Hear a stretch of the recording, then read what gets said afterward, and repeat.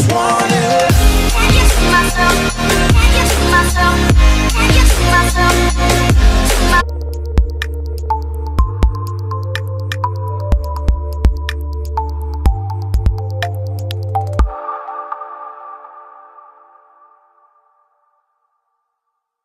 Thank you.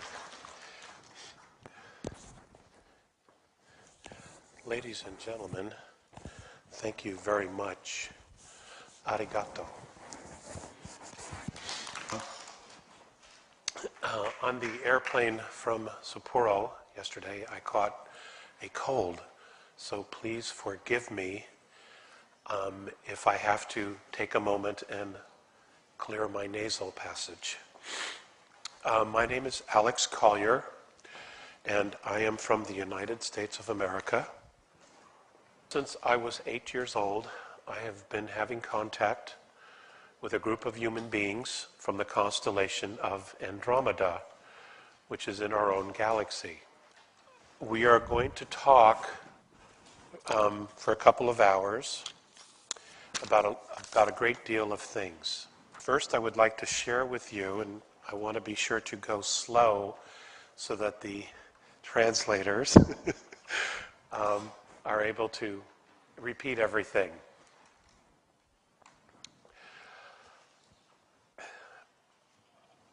Earth, our home, is one of a kind.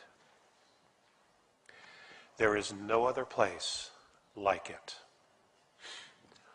Nowhere else in all of our galaxy do we have as much insect life, plant life, mammal, animal, reptilian, human, many, many different races, many different types of life forms in a very, very complex ecosystem.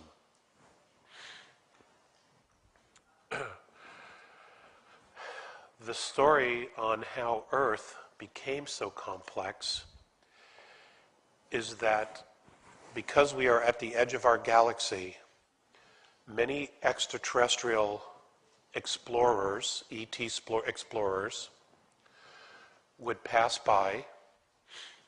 Some would stay. Some would take water before their journey out of our galaxy to another.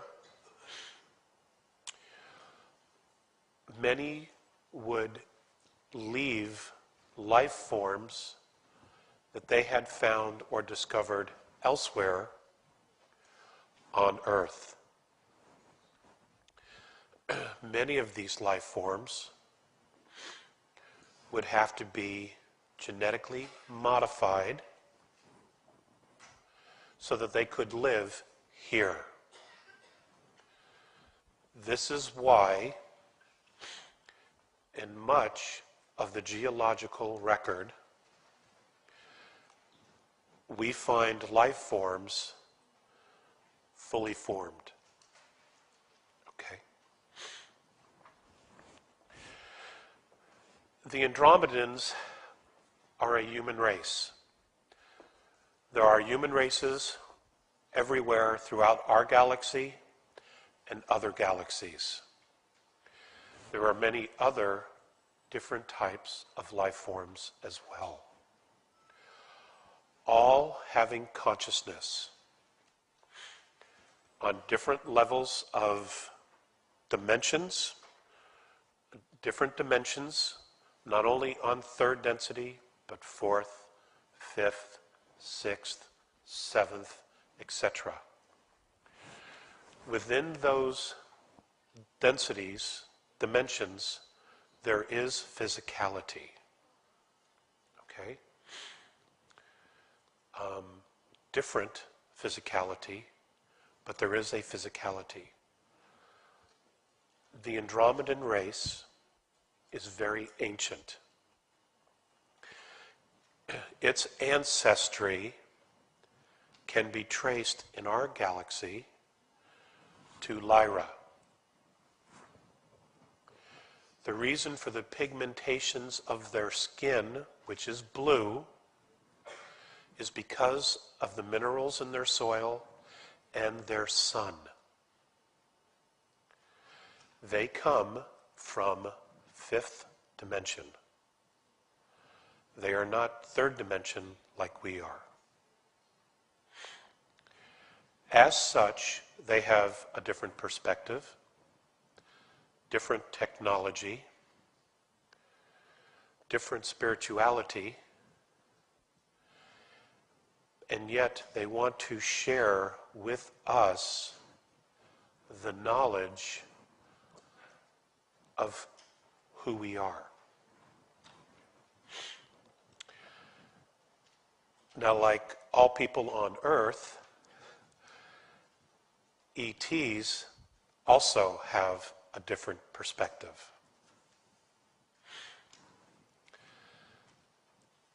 They view events differently.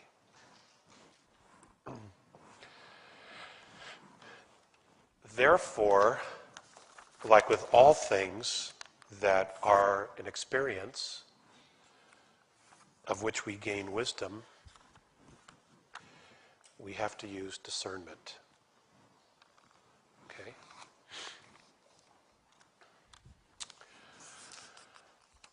The Andromedans are one of at least 22 different races that they claim have genetic lineage to us on Earth. Okay. They claim to be one of our ancestors, dating back as far as and before of Lemuria, 62,000 years ago. Now, because they are fifth density, does not mean that they can physically be in third. They can be. Many using technology, even for short times, periods of time.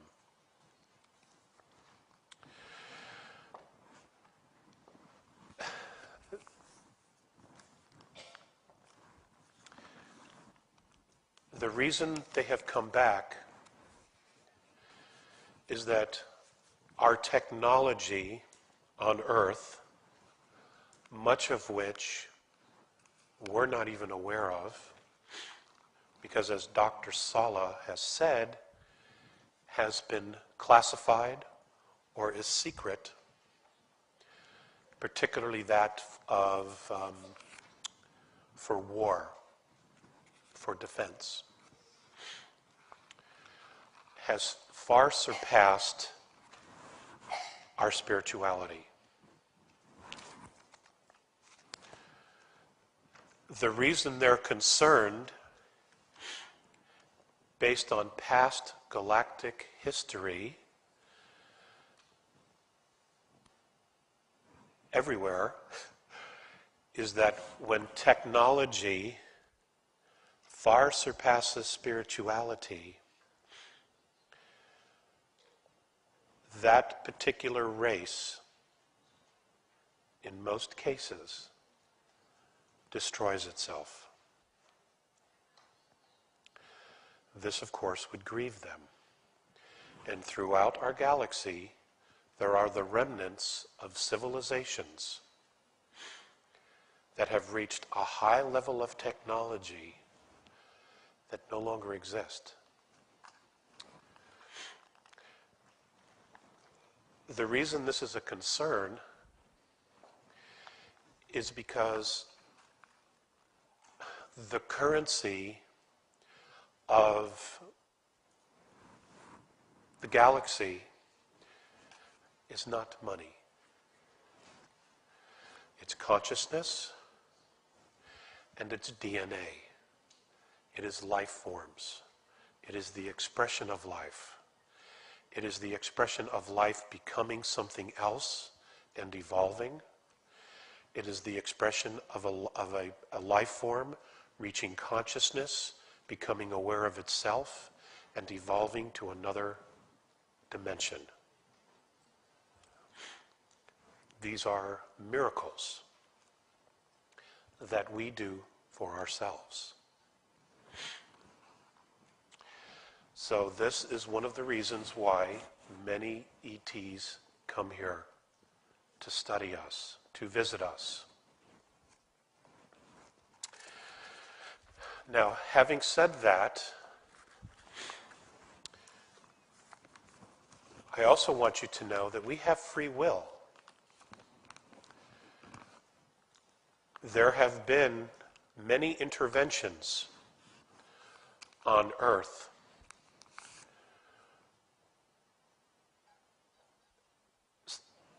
stopping catastrophes and terrible weapons of war.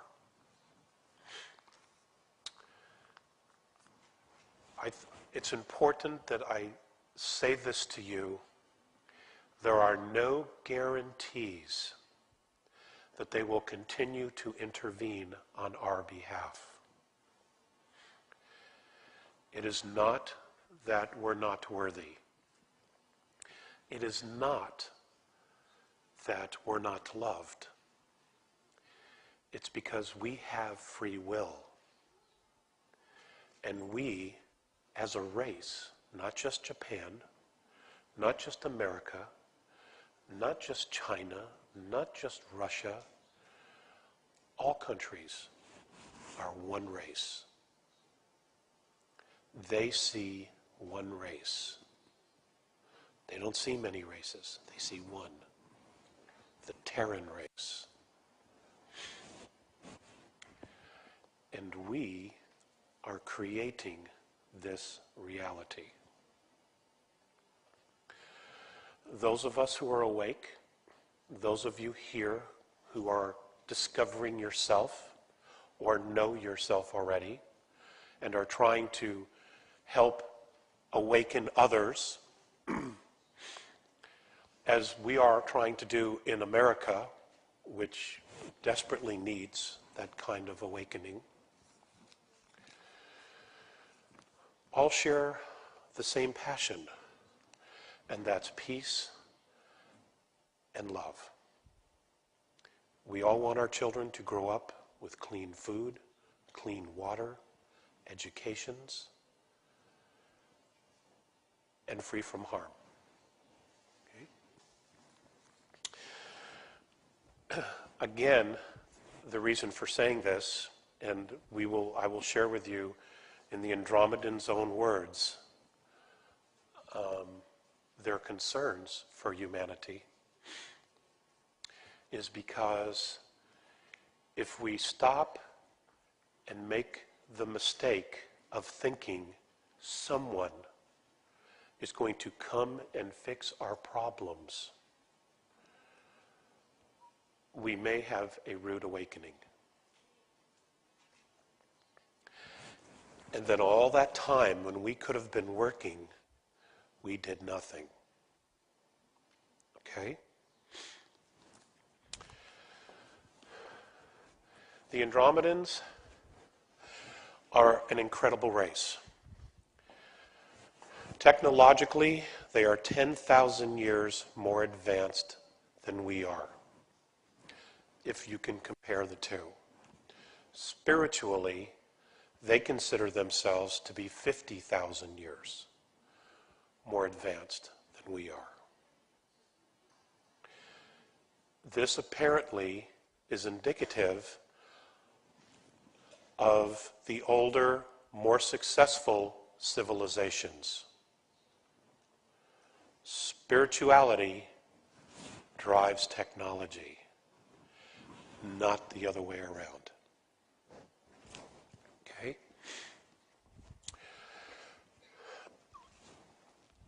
The Andromedan legends are that their ancestors came from Lyra, the constellation of Lyra. However, the human race, those ancestors came from someplace else. They themselves have not discovered the exact root or place of the human race. Legends have it in their world that something cataclysmic was happening in a galaxy where they were, and they were told and guided by a force, by another race, a higher dimensional race, to go enter a wormhole, and they would come out in a place that was safe to colonize, far enough away from the catastrophe, which is our galaxy. These legends are millions and millions and millions and millions of years old. When they discovered space travel, they built small ships. When it was time to migrate to other worlds, they did not have the raw materials to build big 100-mile ships. So the smaller ships would go out into space and would capture asteroids in space. They would pull them into an orbit around their planets. They would hollow them out from the inside and build their spacecraft on the inside of the asteroid. That became their ship. And they would put propulsion systems on the outside, and then they would go out into space. They would grow their own food on the inside. They would look for water.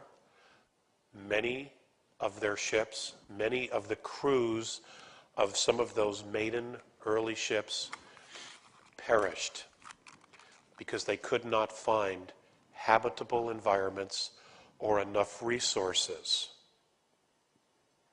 But others did in fact survive. We face those same challenges here on Earth. So there is much that they can teach us. As they evolved as a species, as a race, spiritually, they now travel in 800-mile motherships that are completely self-contained.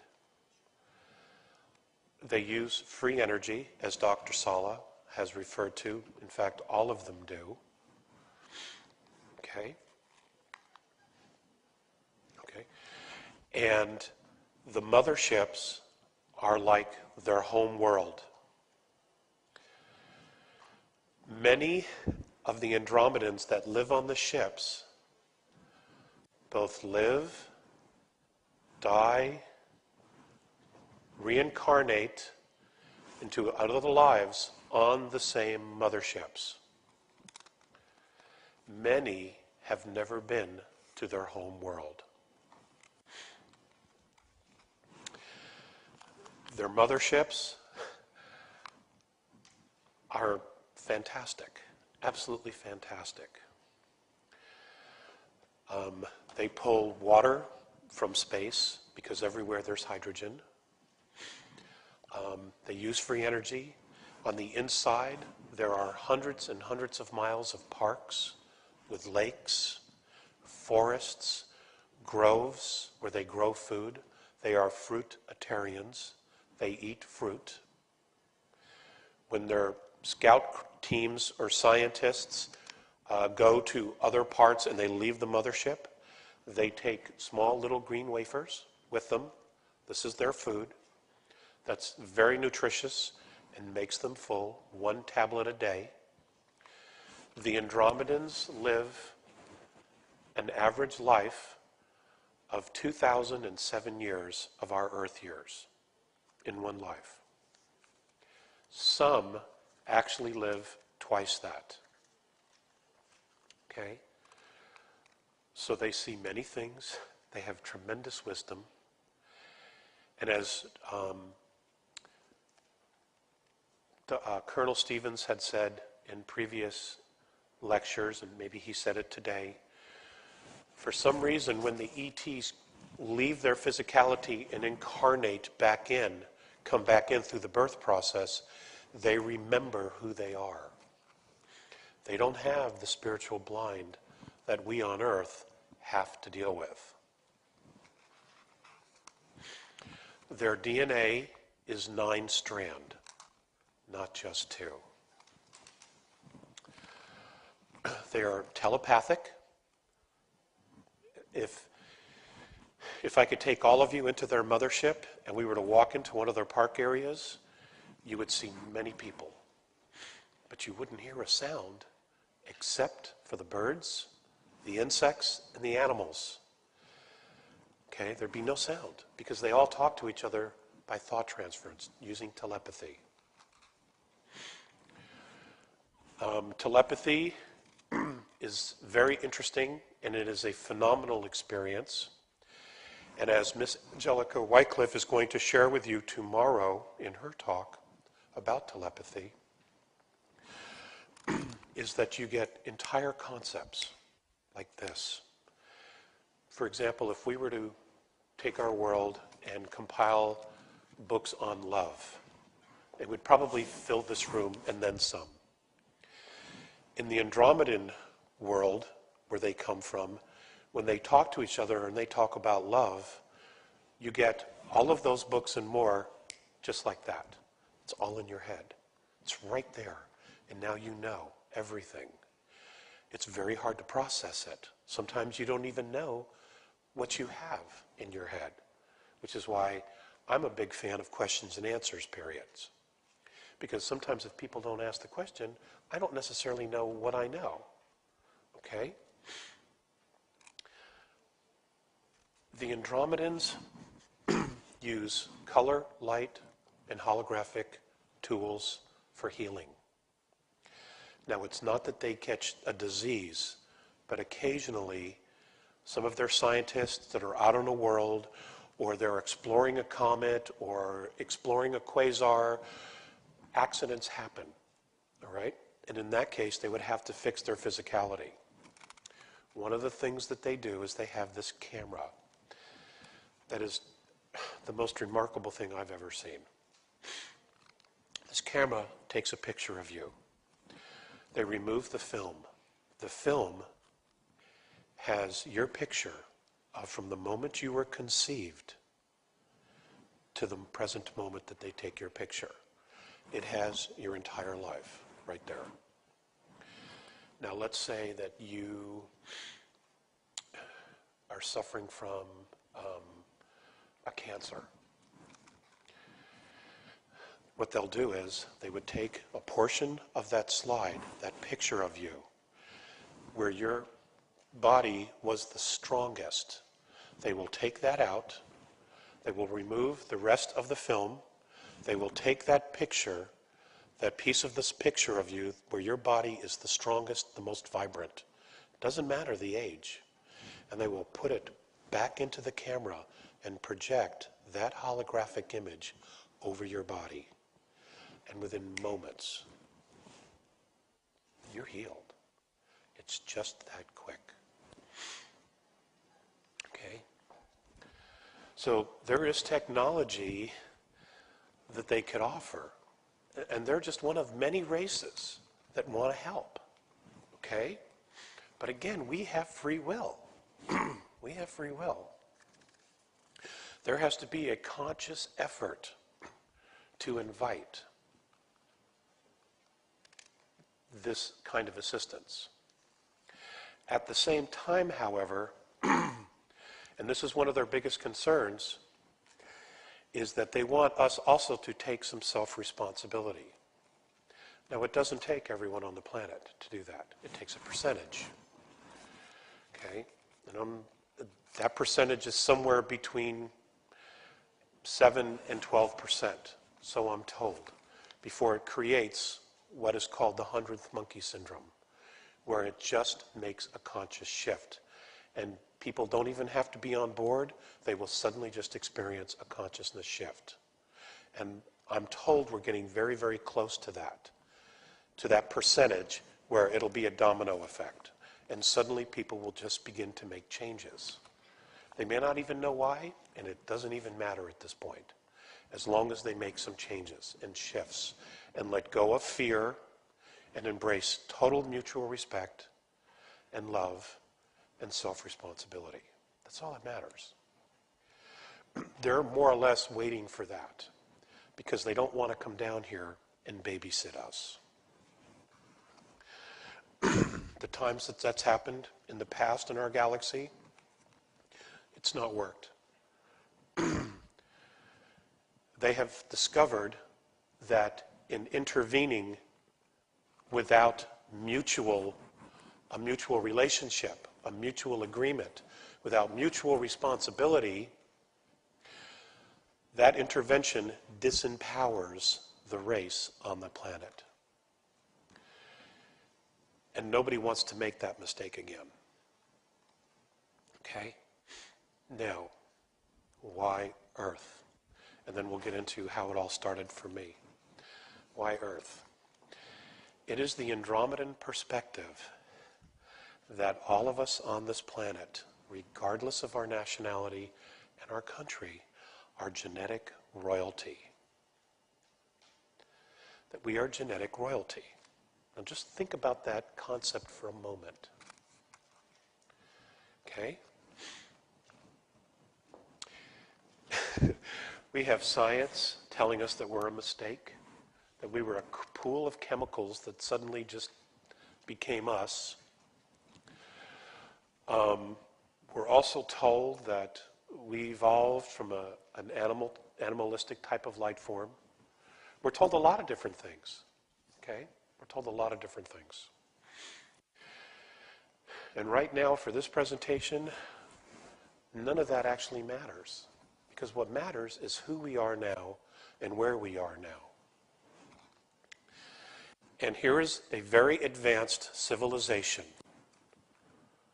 coming back to Earth and saying, we want you to know that virtually everything you've been told about yourself is bunk, is a lie. That you are in fact spiritual beings and you are genetic royalty. Okay?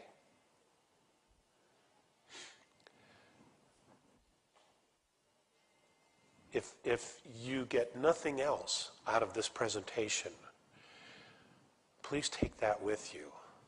Okay? There is nothing unforgiving about you.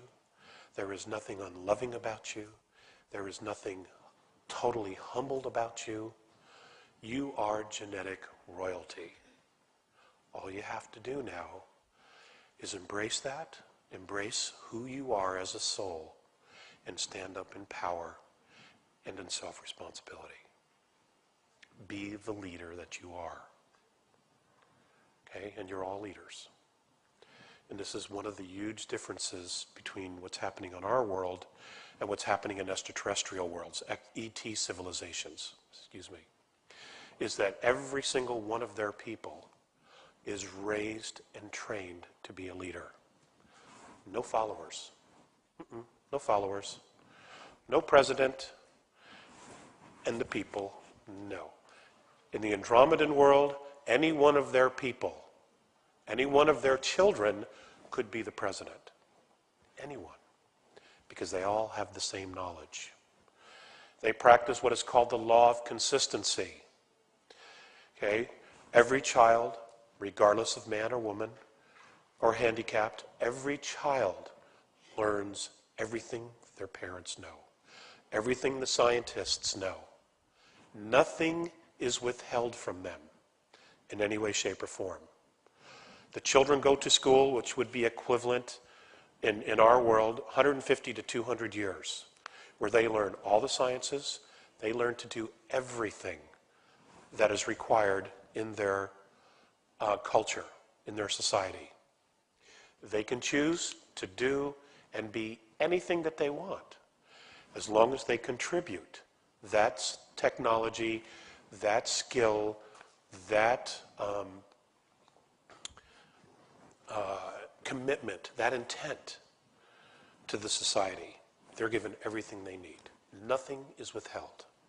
They would never, ever think to create television to babysit their children. It would never happen. Everything is geared towards evolution of the soul, spirituality, and the advancement of their race. That's the law of consistency. Okay? They do not dumb down their population, which is something we need to stop doing here on our planet. Okay, the beginning. 1964, I was living in Illinois,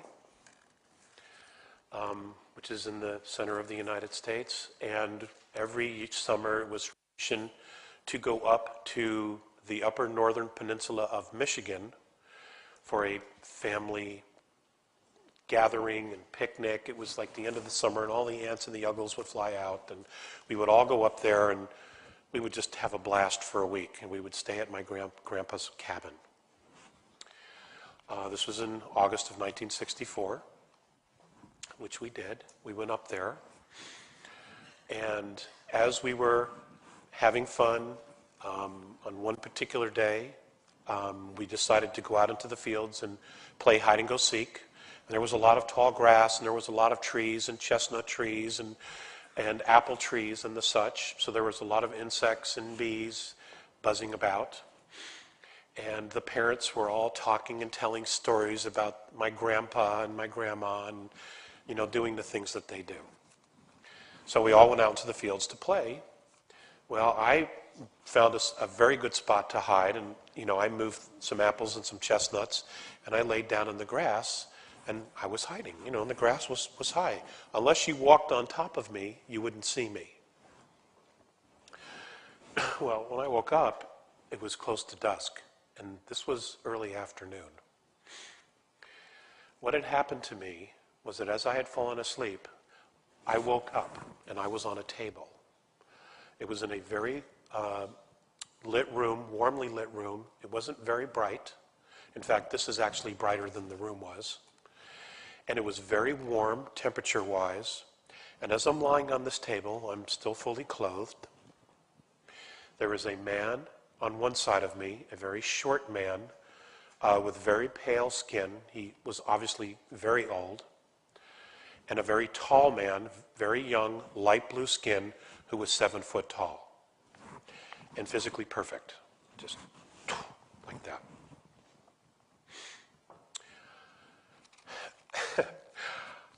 All I can tell you is that I had absolute instant recognition of who these two men were. There was no fear.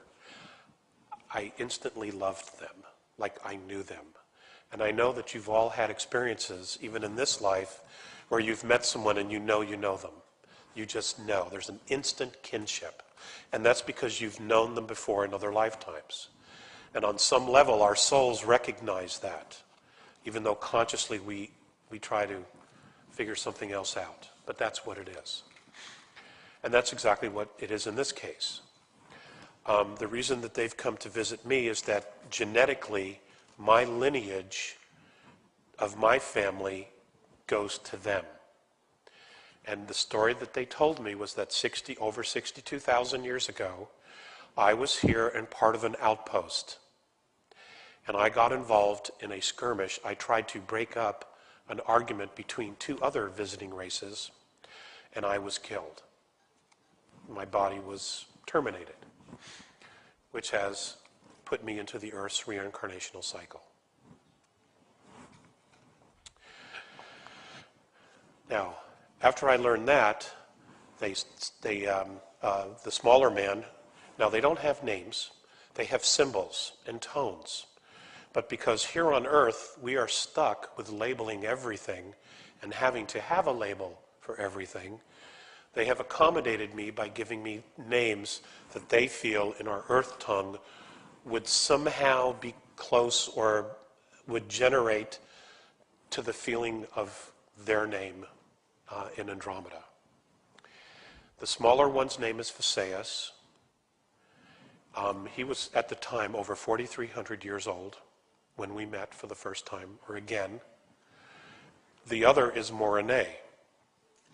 And Morane is 1,700 and something years old in our Earth time. Okay? Visayas has been and is or was considered a great sage in his world because of his years and because of his knowledge and his experience. Okay? I say was because he's crossed over. He's left that body, and I don't know if he's reincarnated again into another yet. I'll keep you posted. Visayas walked over and got this little cap. Now, in the Hebrew world, the Jewish world, in Israel, it would be called a yarmulke. Except this was a metallic, type of a metallic, it almost looked like a tin foil, okay? But it had a hole on the top, and it fit very comfortably on my head.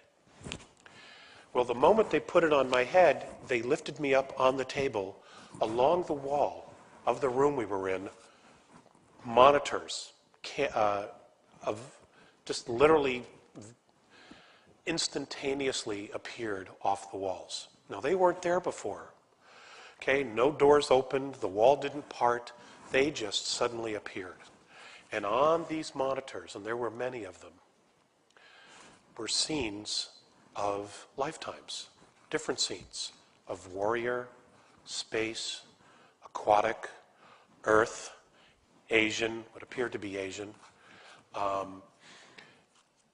And I emotionally, as I was viewing each one of these, I emotionally was getting involved. I knew that what I was looking at was me in past lives. Now, I was 8 years old. I didn't know any of this. I had been born and raised a Catholic, had the snot beat out of us, all that stuff. But I knew, and I can't explain to you how I knew. It's just that, you know what you know. So I'm looking at these and I'm emotionally involved. And they explained to me that these were some of my past lives on earth. And I've been both the priest, the monk, the warrior, the bad guy, the saint, the holy man. I've been it all, okay? I've been it all. And so have you. Because earth is more or less a boot camp for the soul. You learn a great deal of experience here so that when you evolve in consciousness, we can take the lessons that we've learned in third density and take them home to our home star systems. Not only that, but you have the genetics as well. And from what I've been told, inside of our DNA, what science calls junk DNA, there is incredible information and knowledge and wisdom and the ability to develop technologies of a spiritual nature that we have no idea how to even tap into yet because of where we are. Okay? We're all holy people, in a sense, sages, shamans. We all have the knowledge inside. It's just a question of how to tap into it. Is this okay? Okay. So these were some of the things that they were starting to share with me. Now, when this contact was over, and it had to be several hours, was over, they told me it was time to come back, and I didn't want to come back, only because it's not that I didn't miss my mom or my brothers and sisters. It was because if you have children, you know they would rather learn than eat. Well, I wanted to learn, okay? I mean, my whole perspective of everything just changed. And when I came back, I was on the grass. It was dusk.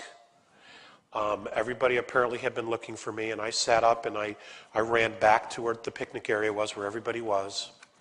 My mother was extremely upset with me and said that they had been over there looking for me when I told her what happened. Anyway, I didn't tell her what had happened with Morine and Visayas because she was still too mad about me not being there, okay? So I thought I'd wait, which I did. I waited until the next morning.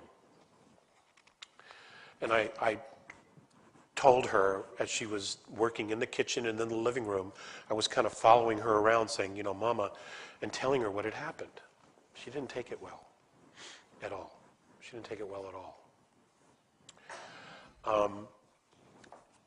And I have to regress here again for a moment and tell you that before I was brought back to Earth, or sent back to Earth,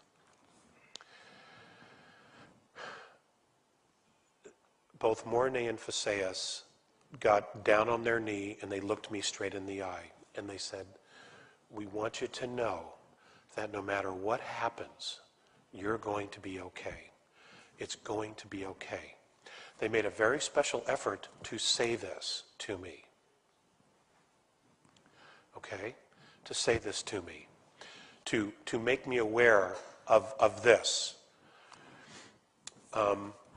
Literally, a month later, my mother and one of my baby sisters was killed by a drunk driver in a car accident. And everything changed at that point.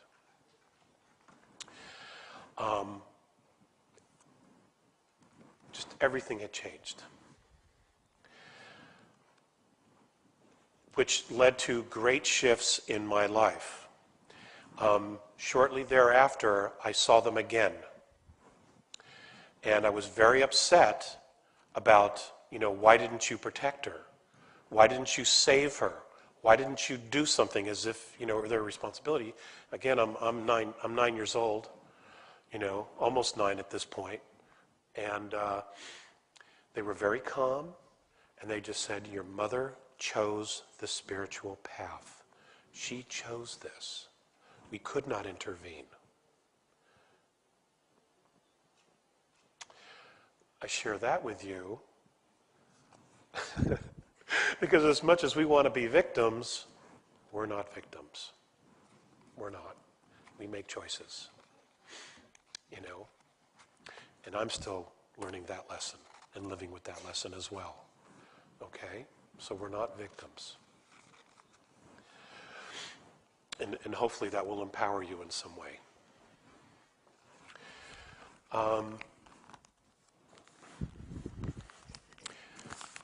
Much of what they've shared with me and what I'm extremely grateful for with the Andromedans is they've given me a very interesting reflection of who we are as a race. They're fascinated by us. Most of them are.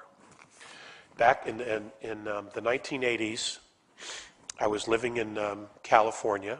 I had a tax practice. I used to be a CPA in California, Los Angeles.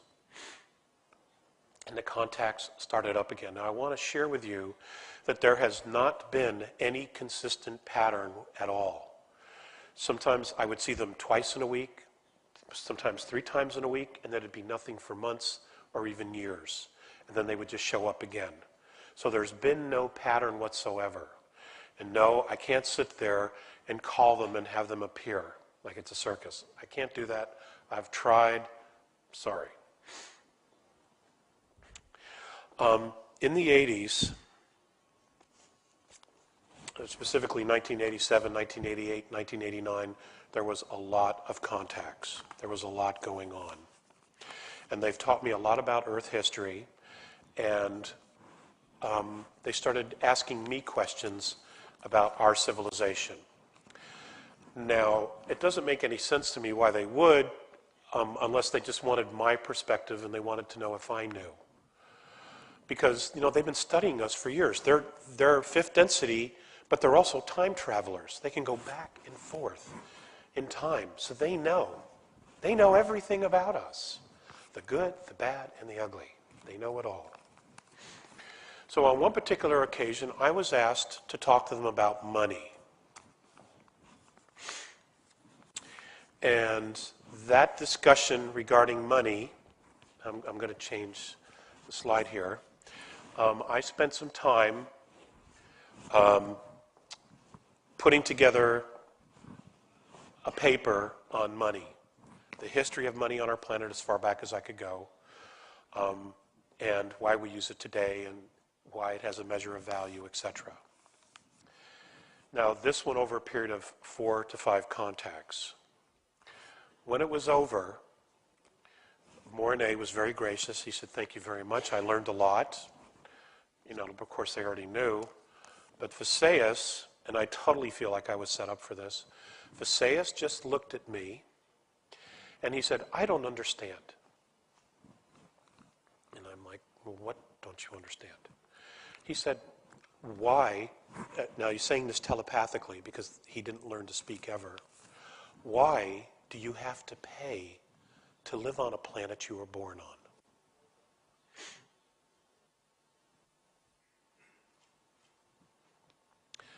Now, that is something our society, our civilization, it's probably a question we would never ask ourselves, because we're so used to being ingrained to use money and to allow money to control us. Okay? So that was a question. I bring that up to you only because that question has haunted me ever since that moment till today, and I don't want to be alone with that haunting. So now I've got you there with me, okay? So I'm sharing that with you. If any of you have an answer to that question, why do we have to pay to live on a planet we were born on, please let me know, okay? And I will push it forward. I don't have a genuine, because none of the other space ET civilizations use money. They don't use it at all, okay? They just don't use it. In fact, from that moment on, Visayas would only refer to money as paper with pictures on it. Okay? Which is what it is. Our science tells us that there are 100 billion galaxies. They are only looking at one dimension. According to the Andromedans, there are at least 100 trillion galaxies. And every galaxy has a physicality, and it has life in it. So we are so far not alone. It's just amazing, you know. And even NASA in the United States mathematically calculated that it would be impossible for us to be alone, okay? So the universe is vast, or the galaxies and the universes are vast.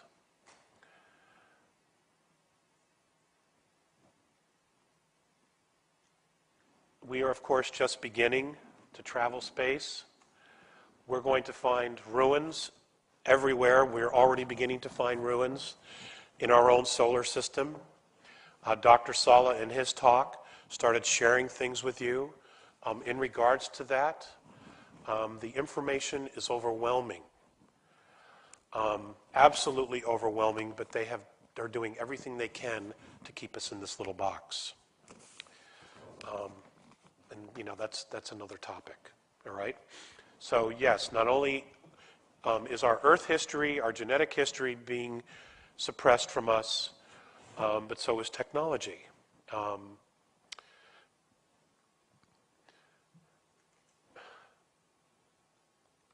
I'm just going to put this out there.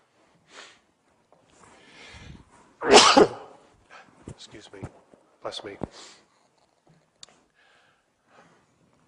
I've once asked the A's how technologically advanced we were, and the United States military, the secret military, not the people's military, is at least 400 years more advanced than we think they are. Okay? And I apologize for the fact that none of that technology is being shared with any of you. It's not being shared with us either, you know, and we're part of the home country.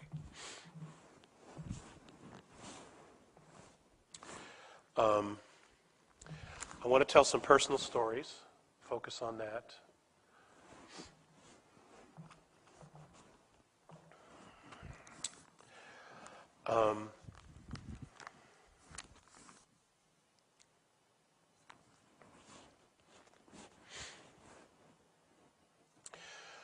I had the privilege in 1989 of spending 3 months, 92 days to be exact, living with the Andromedans on one of their motherships. In Earth time, from the moment that I left and they brought me back, I was only gone 18 minutes. Time travel's a great thing. You'll never be late again for another appointment. That's awesome. Okay? In those 3 months, I had an opportunity to learn about their society, to observe their society, and I was also kind of the guinea pig, the fish in the fish bowl as well. because many of them were able to observe me and listen to my chains of thoughts, because they, at the time, were teaching their children that were on board the craft. They've, of course, grown into adulthood, many of them, about our world. Now, their motherships are extraordinary. They're 800 miles. In the middle, on each floor, there are park areas. Now, the physical ship on the outside is 800 miles.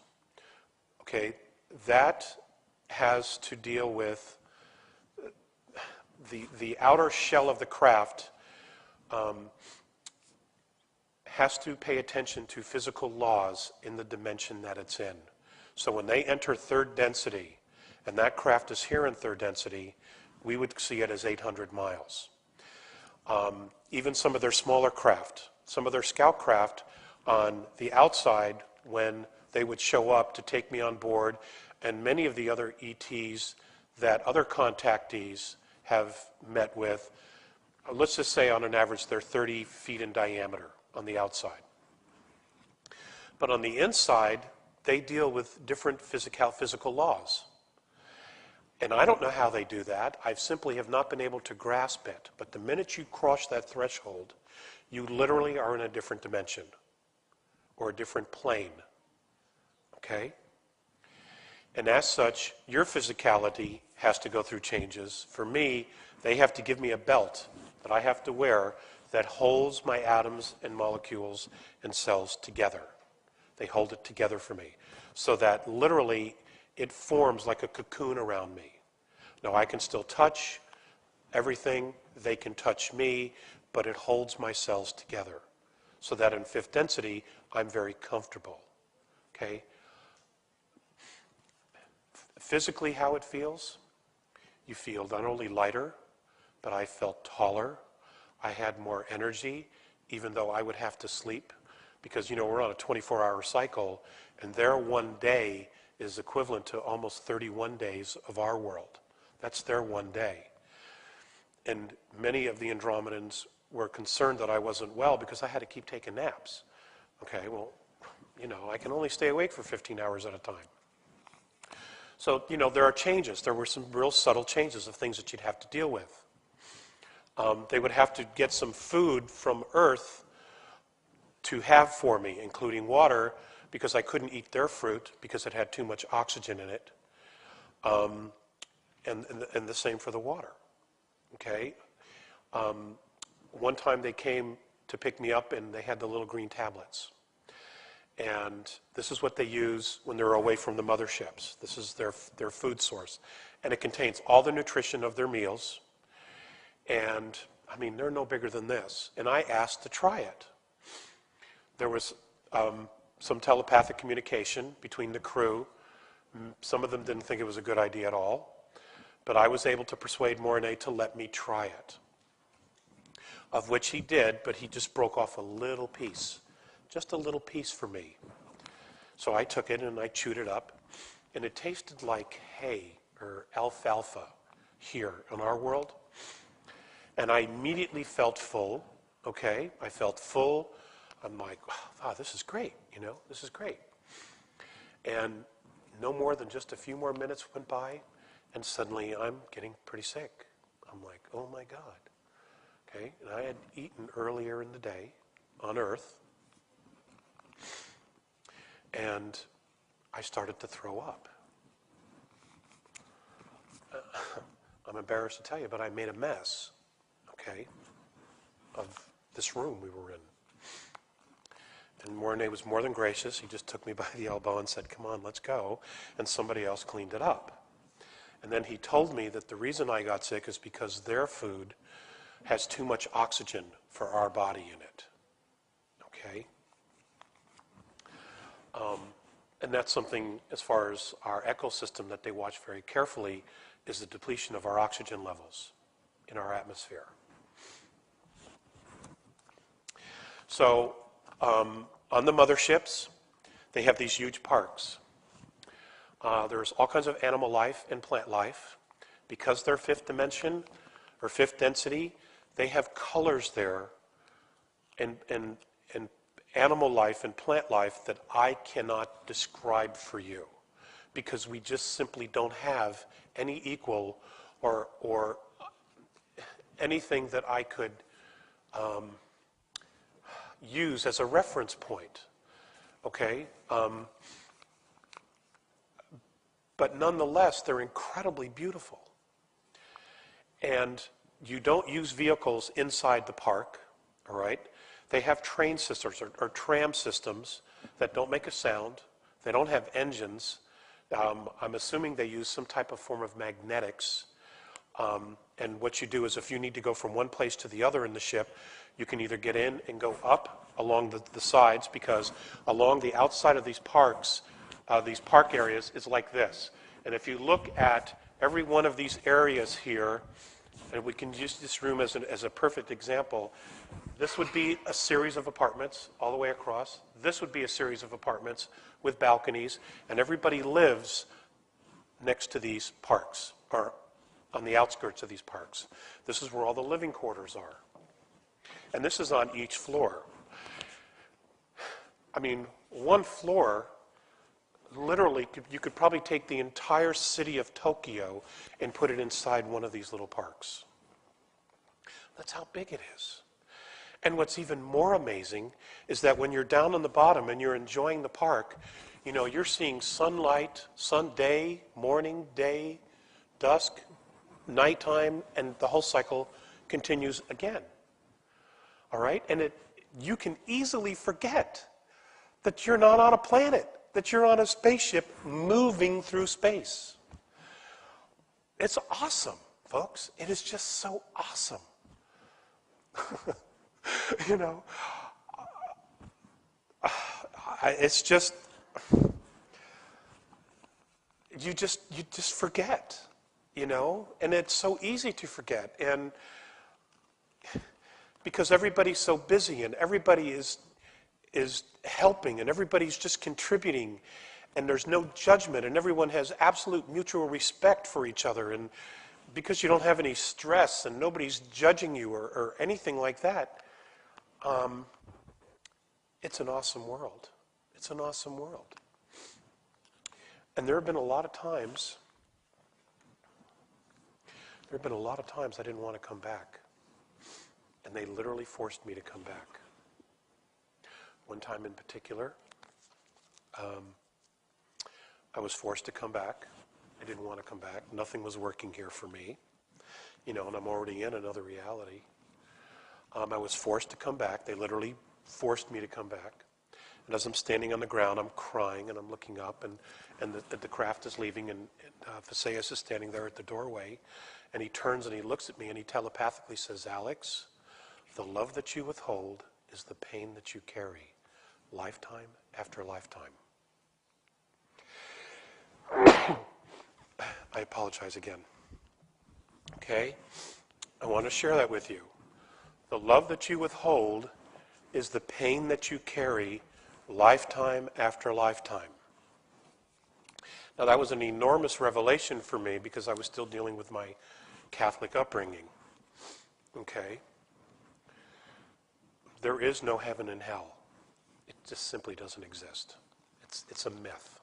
It's a story. And are you judged? From what they say, no. What happens is you cross over and you are shown places in your life where you chose to withhold love.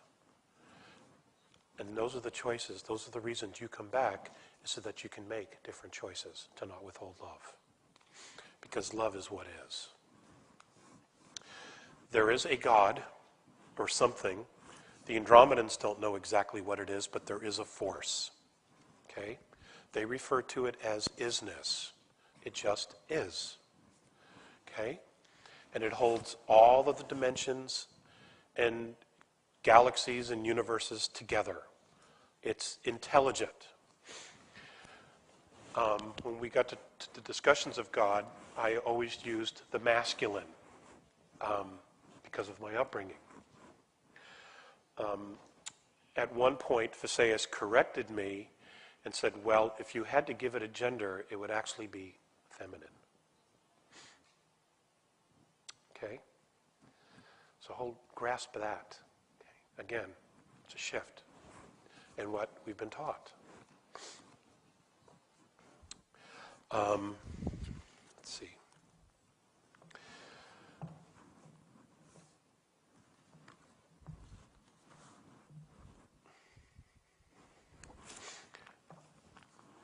It's our destiny to travel out into space.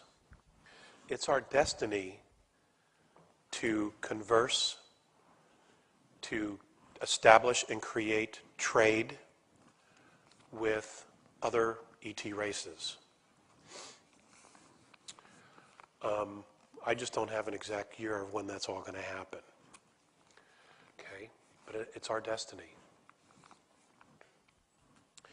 And part of that destiny is being able to manage and control and live with ourselves.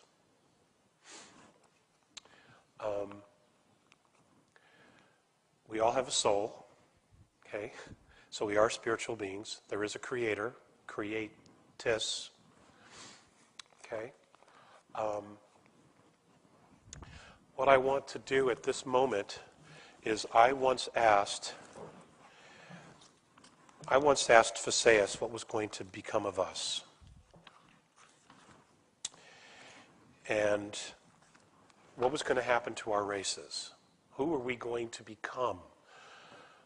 Because they were giving me this terrible, or not terrible, let me take that back. They were giving me this reflection of who we are. They don't understand how we could be genetic royalty and allow people to starve. They don't understand why we would war with each other and build technology for the sole purpose of destruction, thinking that it was going to keep us safe and from harm, when we don't build anything that we don't use.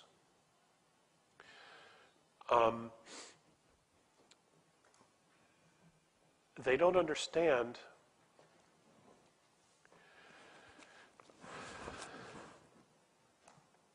they just don't understand why we don't get it. I guess they feel that we should know better.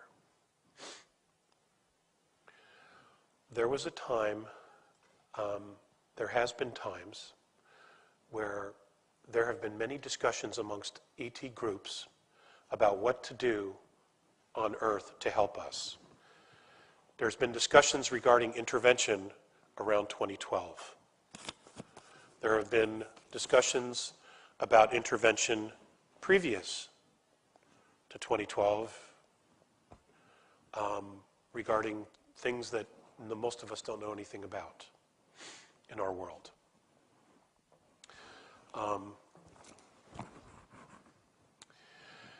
In those conversations, which are very open conversations, there were several groups or civilizations of extraterrestrial groups who didn't want to help Earth and basically said, well, let's just see what they do.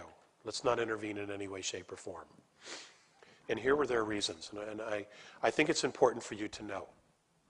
The reasons that this group did not want to help or intervene in any way with us is because of three things. They don't respect their home, they don't respect themselves, they don't respect each other. What is their value?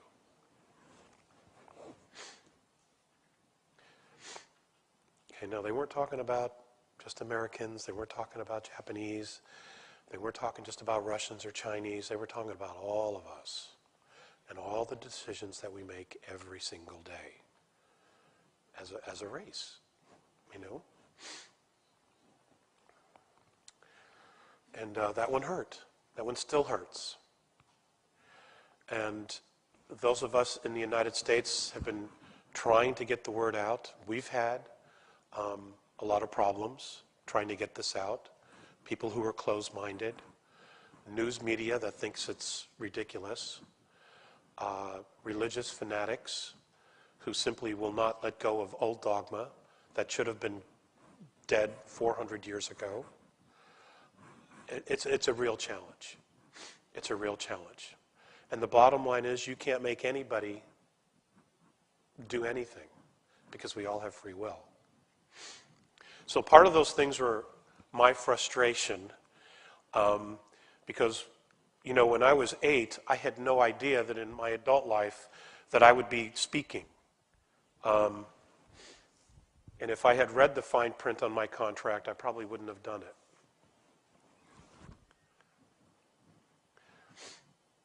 So what I've done, what I did was I asked Visayas at a moment of just pure, you know, letting go, what's going to happen to us? Here's his answer. This is what he said when I said what was going to become of us as a race. This is Visayas. Responsible freedom of self-determination, becoming truly self-confident and free, to unconditionally be responsible for oneself without being coerced to accept some higher authority.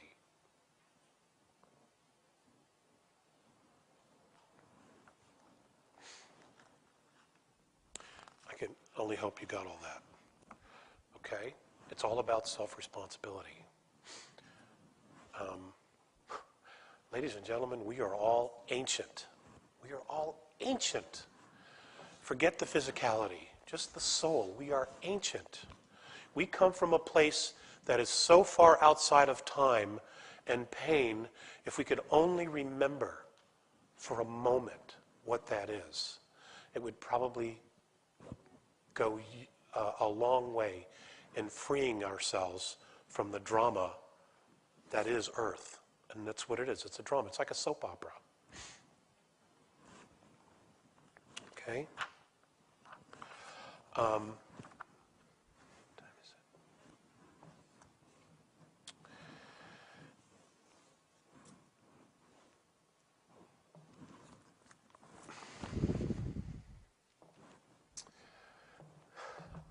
it? Many of our indigenous cultures had a lot more wisdom than we do today. And they still have more wisdom than we do today. In our country, we have the Native Americans.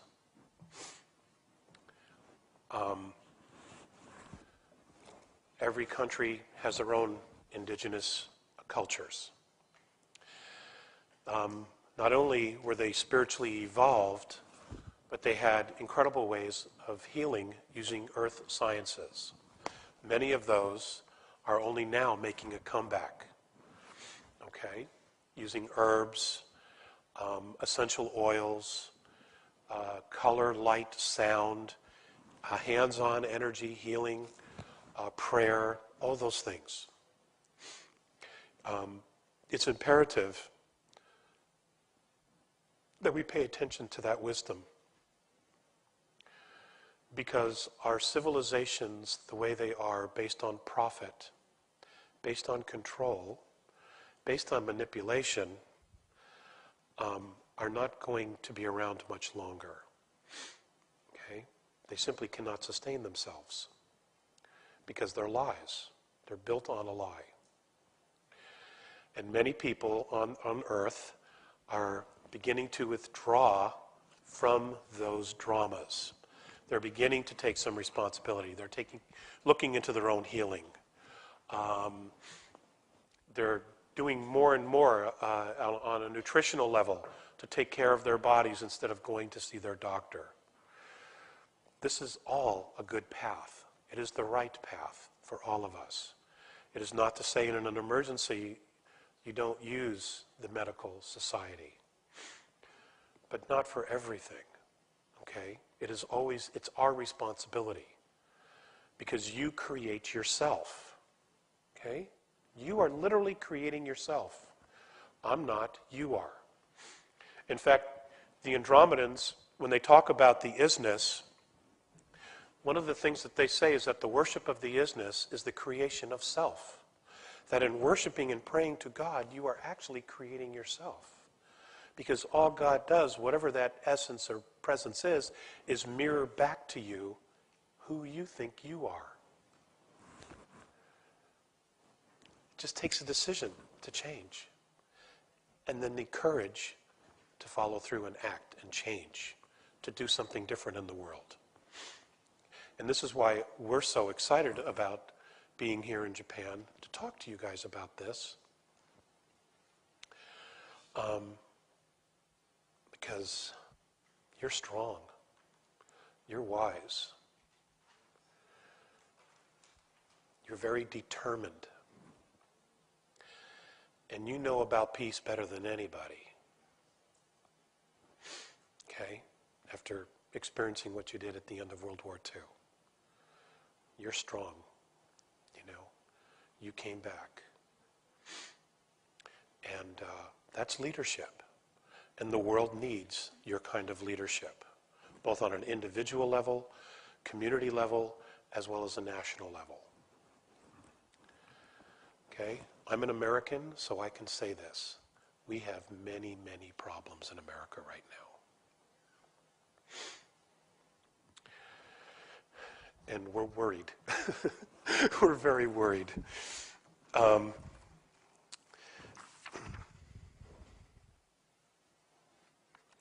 I want to share with you, in their own words, some of the things that they've talked about. Now, there's a lot of talk about a shifting of dimensions, changing of frequencies. Yes, this is in fact happening. Okay, it isn't just about consciousness, although actually it is about consciousness, because when consciousness shifts, physicality responds and changes. So it starts inside of us, okay? Now, according to the Andromedans, on March 23rd of 1993, a color sound frequency started emanating from all the black holes in our known galaxies, or universe.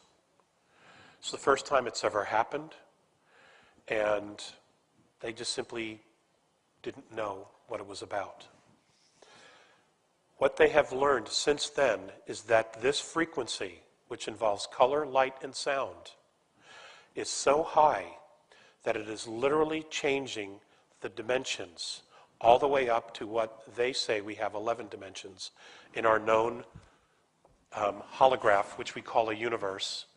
Okay, it's a holograph. It's a self-contained picture of all the dimensions. That this frequency is literally changing the entire holograph, dimensional holograph of our universe.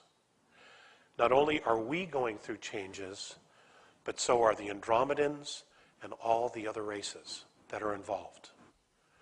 Okay?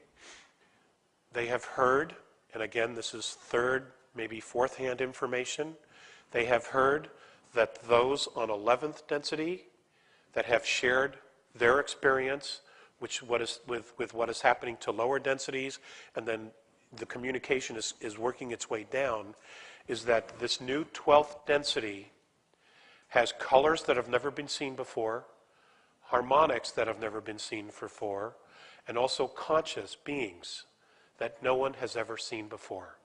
And that these conscious beings have the ability to look straight down through all the dimensions.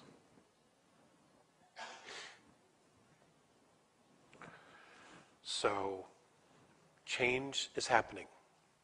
Okay? So I told you that so I could set this up. This is from Morine. All of us, regardless of our form and dimensional growth, live in boundless consciousness. It does appear that all things revolve and evolve in cycles. Now, after the blindness of 5,725 years, you on your terra, Earth, are about to regain yourselves. It will be such an unprecedented change that it'll be difficult for many to grasp your own potential. It is a turning point on your world which none of your planet's forefathers were privileged to experience.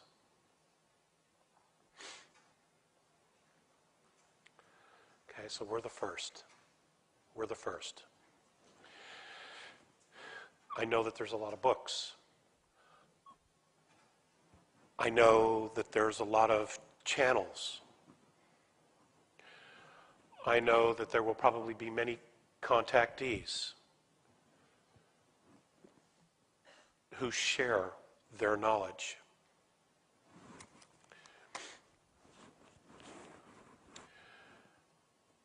Our future has not been written yet.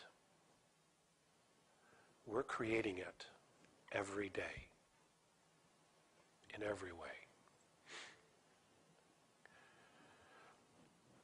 I know that there's a lot of talk of complete destruction. It doesn't have to happen. And it may not happen. Okay, the question is, what do you want? You know?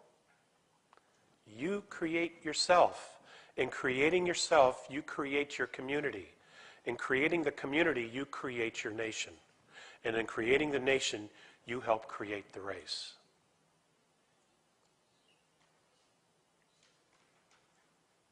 Okay? The question is, what do you want?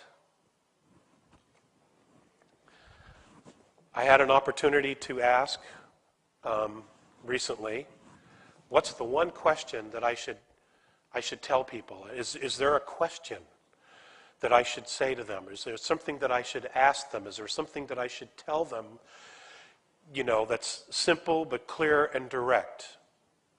And the response from Mornay was simple. So here's this question to you. The question for our humanity is, how do we make love stay?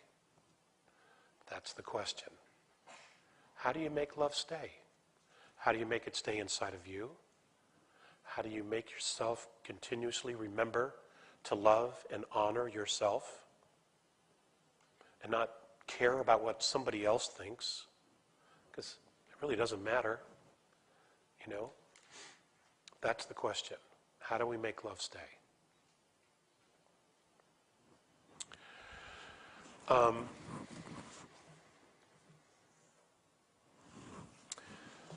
I pulled this out. I've never read this before. This was from Visayas in 1997.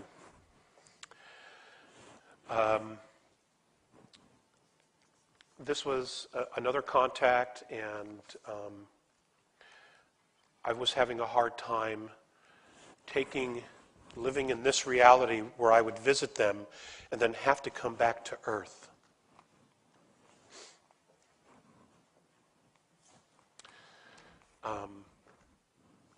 Caused a lot of pain for me.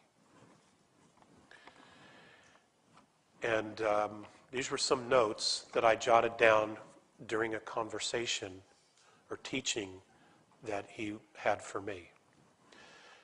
And this is for all of us. Develop love and reason. Cultivate real freedom through the awareness of truth. Create focused intent in a divine direction. Self-knowledge has always meant a surpassing of limitations and a coming to maturity. Mankind makes itself. And we are also our own historians. we also are the directors of our future. And we have to take responsibility for the future. Because we are our own inheritance.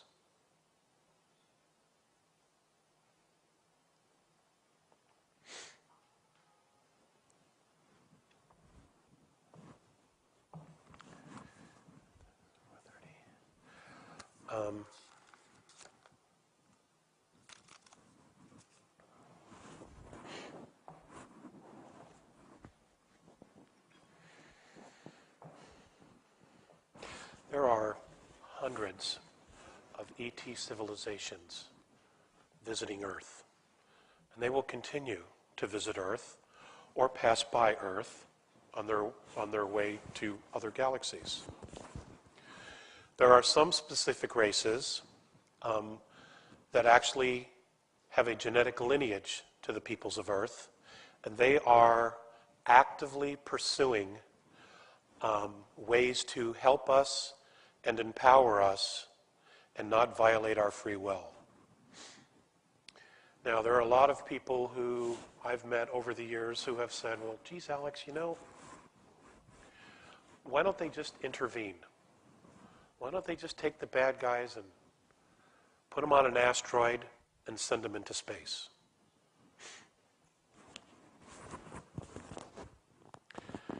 I personally like that idea, actually. Okay. However,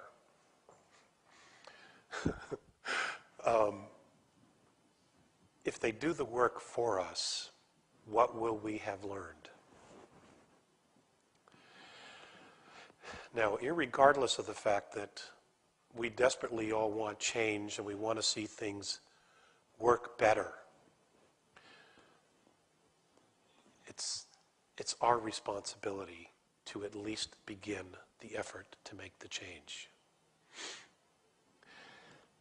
And we're kind of at a disadvantage, royalty or not, because throughout our galaxy alone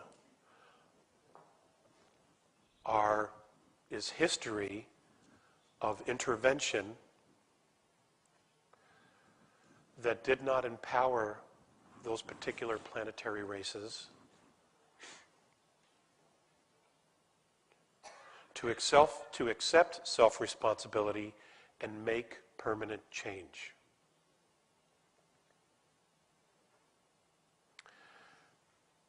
And those societies no longer exist.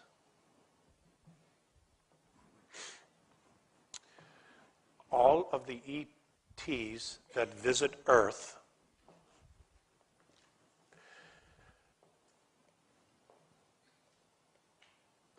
that may or may not intervene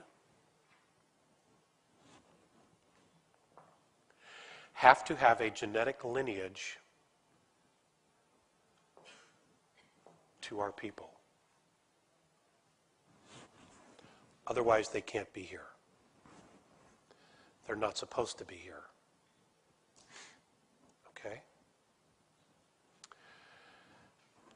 In the years to come,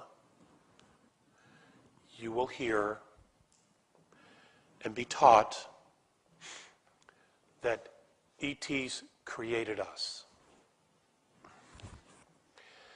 that we are their children.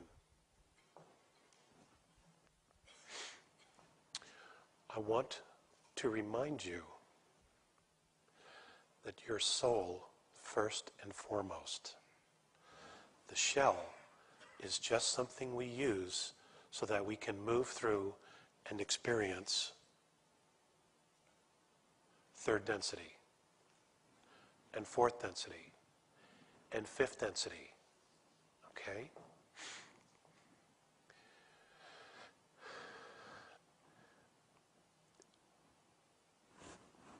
When I look at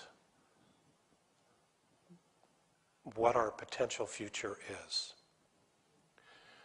and I look in this room, and I see how many of you have come to at least hear what this is about, I am very proud. and I am very, very honored that you would take the time to be here. Domo arigato.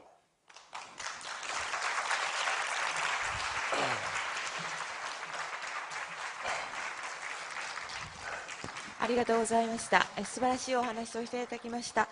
ウィンディアレックス・コーリアさんに今一度大きな拍手でお送りいただきたい。Can you see myself? Can you see myself? Can you see myself?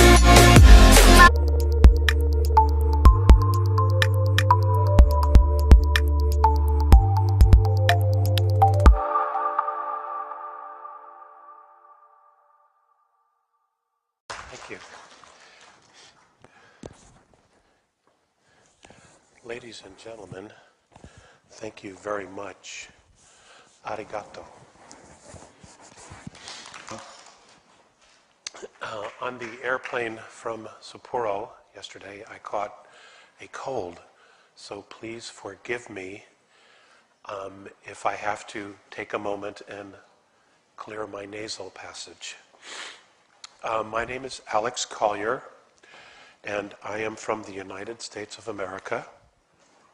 Since I was 8 years old, I have been having contact with a group of human beings from the constellation of Andromeda, which is in our own galaxy. We are going to talk for a couple of hours about a great deal of things. First, I would like to share with you, and I want to be sure to go slow so that the translators are able to repeat everything.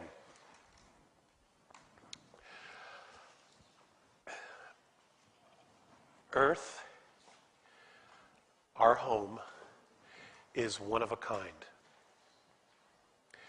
There is no other place like it. Nowhere else in all of our galaxy do we have as much insect life, plant life, mammal, animal, reptilian, different levels of dimensions, not only on third density, but fourth, fifth, sixth, seventh, etc. Within those densities, dimensions, there is physicality. Okay? Different physicality, but there is a physicality. The Andromedan race is very ancient. Its ancestry can be traced in our galaxy to Lyra. The reason for the pigmentations of their skin, which is blue, is because of the minerals in their soil and their sun. They come from fifth dimension. They are not third dimension like we are. As such, they have a different perspective, different technology, different spirituality, and yet they want to share with us the knowledge of who we are. Now, like all people on Earth, ETs also have a different perspective.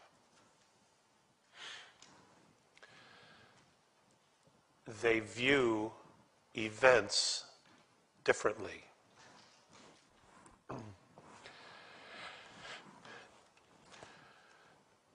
The reason they're concerned,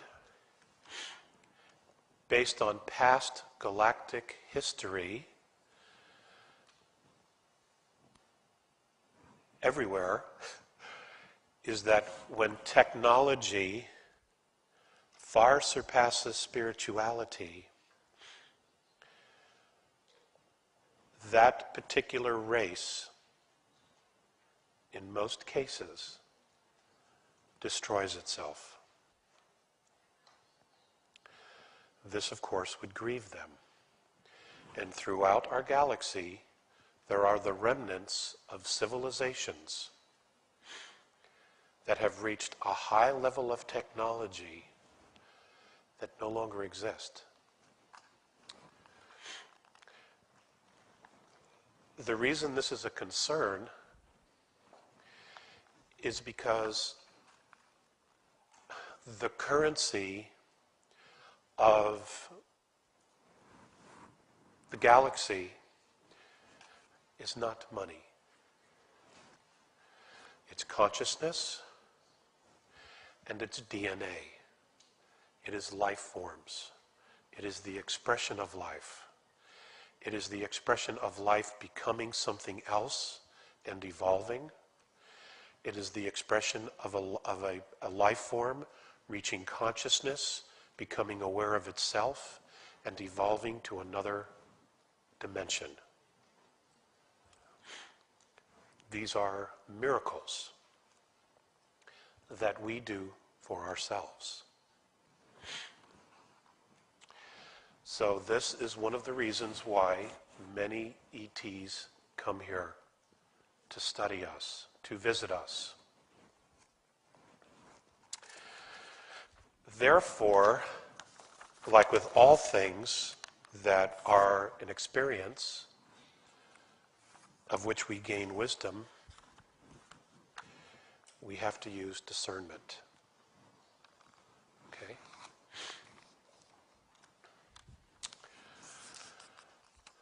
The Andromedans are one of at least 22 different races that they claim have genetic lineage to us on Earth. Okay. They claim to be one of our ancestors, dating back as far as and before of Lemuria, 62,000 years ago. Now, because they are fifth density, does not mean that they can physically be in third. They can be. Many using technology, even for short times, periods of time.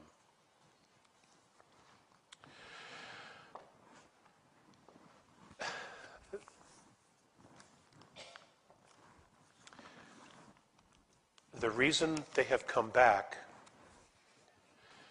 is that our technology on Earth, much of which we're not even aware of, because as Dr. Sala has said, has been classified or is secret, particularly that of for war, for defense,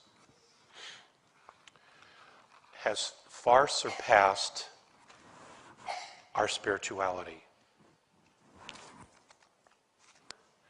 Human, many, many different races, many different types of life forms in a very, very complex ecosystem.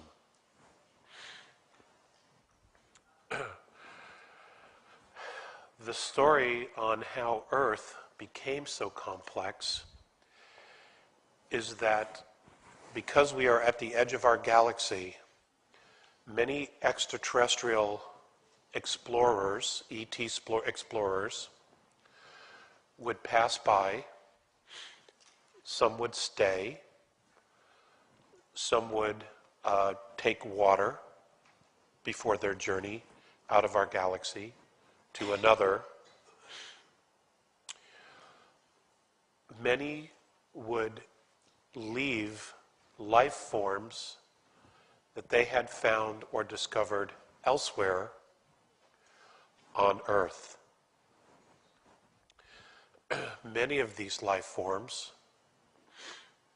would have to be genetically modified so that they could live here. This is why in much of the geological record we find life forms fully formed. Okay? The Andromedans are a human race. There are human races everywhere throughout our galaxy and other galaxies. There are many other different types of life forms as well, all having consciousness.